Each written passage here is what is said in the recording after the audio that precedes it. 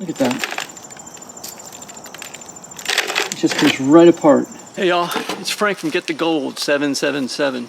If you saw my last video, you saw how we could take gold ore and put it in a molly pot and crush it. You know, if you don't have an automatic rock crusher, that's the way to go, but it takes forever and it starts to hurt your arms. I just use some little pieces. Now what happens if you got some big pieces of ore? Yeah, you can break them down using the molly pot, but it's gonna hurt. I mean, it hurts your arms, just bashing the damn things over and over. Oh, pardon me. Bashing those things over and over again. I looked at some history, and the way the old timers used to do it is they would put the rocks, the gold ore, in coals, in fire, and just let it roast. And then after several hours, and you know, bring it up to like 1100 degrees, and then letting it cool off real fast, like in a pot of water, it would create all sorts of cracks and fissures in the ore and make it much easier to extract the gold, much easier to pound it out in the molly pot. So today what we're gonna do is we're gonna take these pieces of gold ore, put it in the coals, bring it up to 1100 degrees, and then drop it into some cold water. Then we're gonna try it. It's gonna be fun. Let's do it.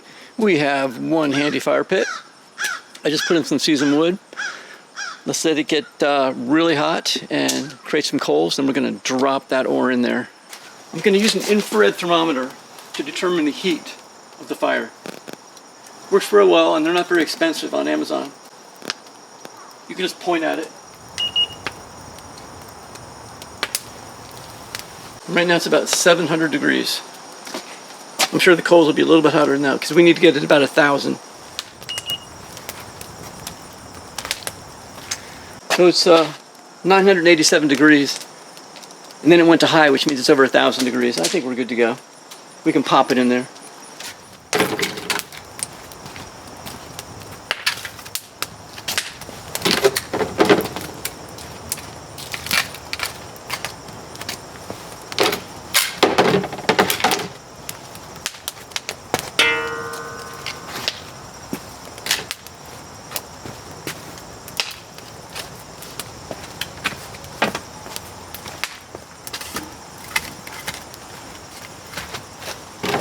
Now we're going to make the fire rage. Let's get it really hot. There's a nice breeze today that's going to be very helpful making this thing hot.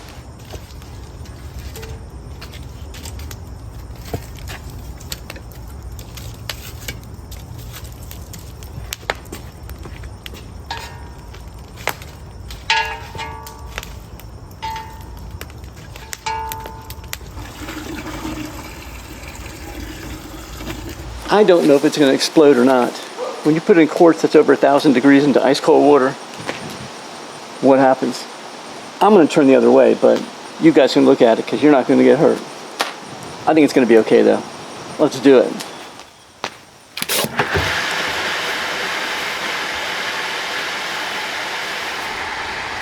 Making a lot of noise. Let's look closer. It looks like a piece split off.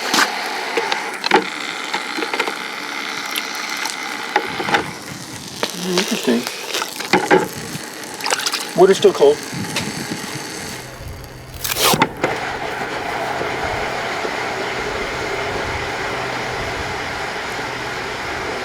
Two.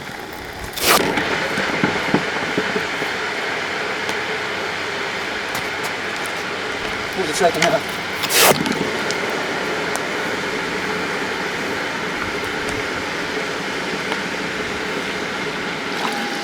Water got hot. A little bit murky in there.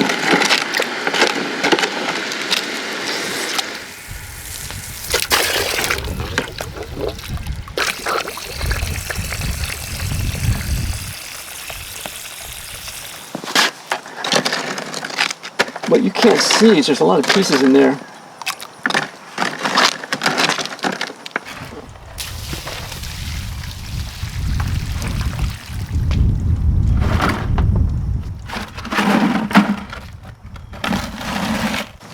Check out all those pieces. That's cool. It's shattered into all sorts of pieces. This used to be hard, so look at that.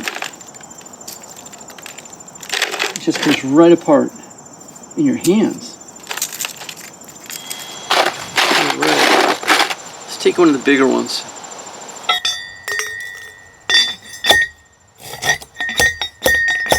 Oh, I need my respirator. Dang it. All right, respirators on.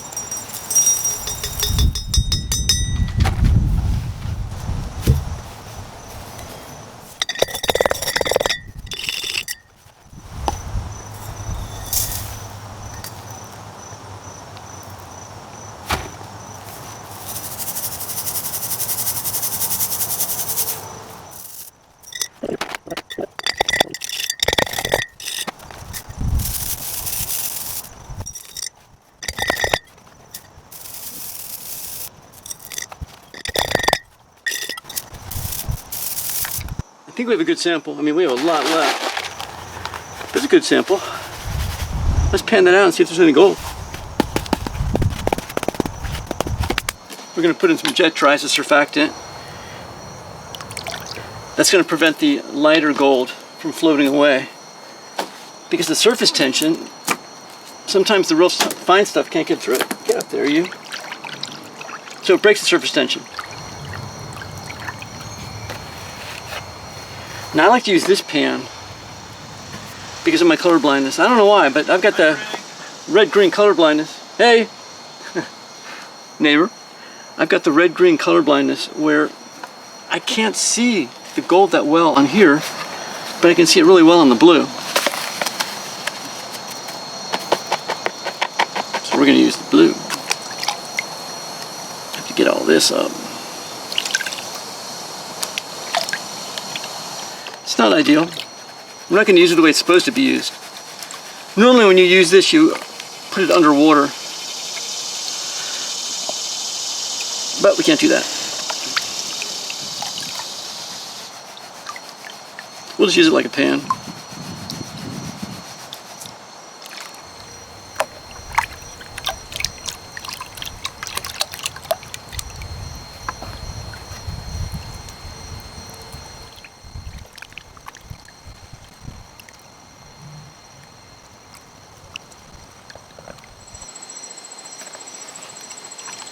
So we're down to the real black stuff here.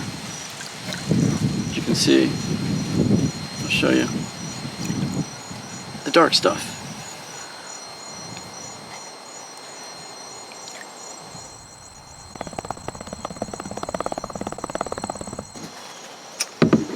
That right there. That is a nice little pile of gold right there. See if I can zoom up on it for you. Look at that. We'll dry it out, take it inside, and it'll give you guys a much better picture of it.